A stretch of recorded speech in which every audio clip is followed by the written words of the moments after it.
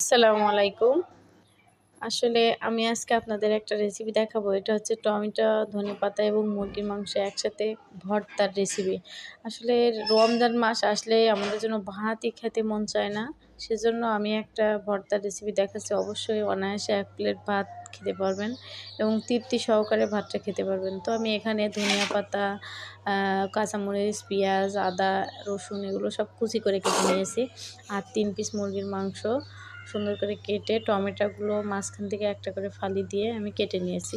তো কড়াইতে তেল দিয়ে দিলাম, দিয়ে আমি যে আদা রসুন এবং পেঁয়াজ কেটে রাখছিলাম ওইগুলো একটু সুন্দর করে ভেজে নিয়ে মুরগির মাংসটা দিয়েছি। মুরগির মাংসটা একদম লাল লাল করে ভেজে নিতে হবে।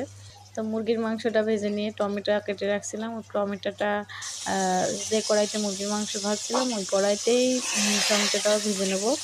নিয়ে পরে একসাথে টমেটোটা সুন্দরভাবে সিদ্ধ হওয়া পর্যন্ত অপেক্ষা করব। টমেটো সিদ্ধ না হলে আবার ভালো লাগবে না, ওজন্য সুন্দর করে সিদ্ধ হওয়া পর্যন্ত অপেক্ষা করা লাগবে। সিদ্ধ হয়ে গেলে টমেটো এবং হচ্ছে যে মুরগির মাংস ভেজে রাখছিলাম, কাঁচামরিচ, শুকনো ঝালও ভেজে নিয়েছি ২টা একসাথে সুন্দর করে এগুলো কিছুটা সরিষার তেল দিয়ে সুন্দরভাবে মেখে তো খেয়ে দেখবেন, অবশ্যই ভালো লাগবে। তো আমি সেই টমেটোগুলো সুন্দর করে সিদ্ধ হওয়া পর্যন্ত সময় অপেক্ষা করলাম।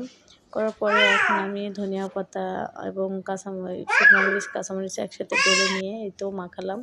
তো অবশ্যই জানাবেন আমার ভর্তাটা কেমন হয়েছে। আর এই তো খাওয়ার সময় আপনাদেরকে একটু দেখালাম যে অনেক তৃপ্তি সহকারে ভাতটা খাওয়া যায়।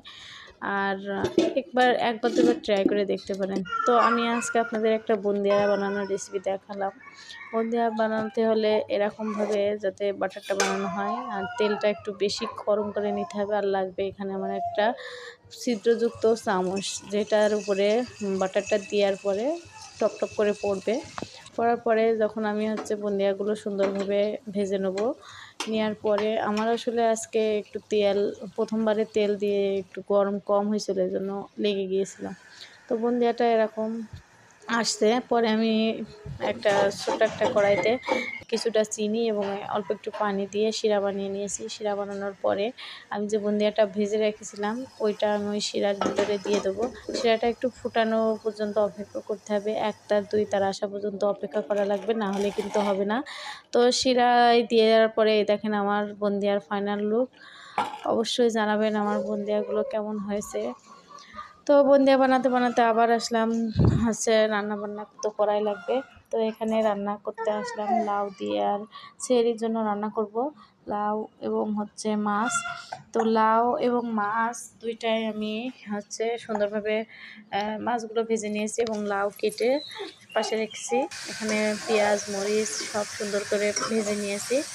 তো ভাজার পরে আমি লাউ দিয়ে নিয়েছি, লাউ কষিয়ে সুন্দরভাবে কষানোর পরে আমি হচ্ছে হালকা একটু পানি দিয়ে দেবো। পানি দিয়ে তো লাউটা সুন্দরভাবে একটু বেশি নাড়াচাড়া করলে আবার কিন্তু লাউ টক হয়ে যায়। লাউ অল্প কষাতে হবে এবং অল্প পরিমাণ পানি দিয়ে লাউটা সিদ্ধ হওয়া পর্যন্ত অপেক্ষা করতে হবে, না হলে কিন্তু লাউ একবার যদি বেশি কষানো হয়ে যায় লাউটা কিন্তু আমাদের কাছে টক টক লাগে। তো এই তো লাউ দিয়ে মাছ দিয়ে রান্না করা হয়ে গেল। আসলে আমাদের ভিডিওটা কেমন লেগেছে আর আমাদের পাশে থাকবেন, আমাদের জন্য দোয়া করবেন, আমাদের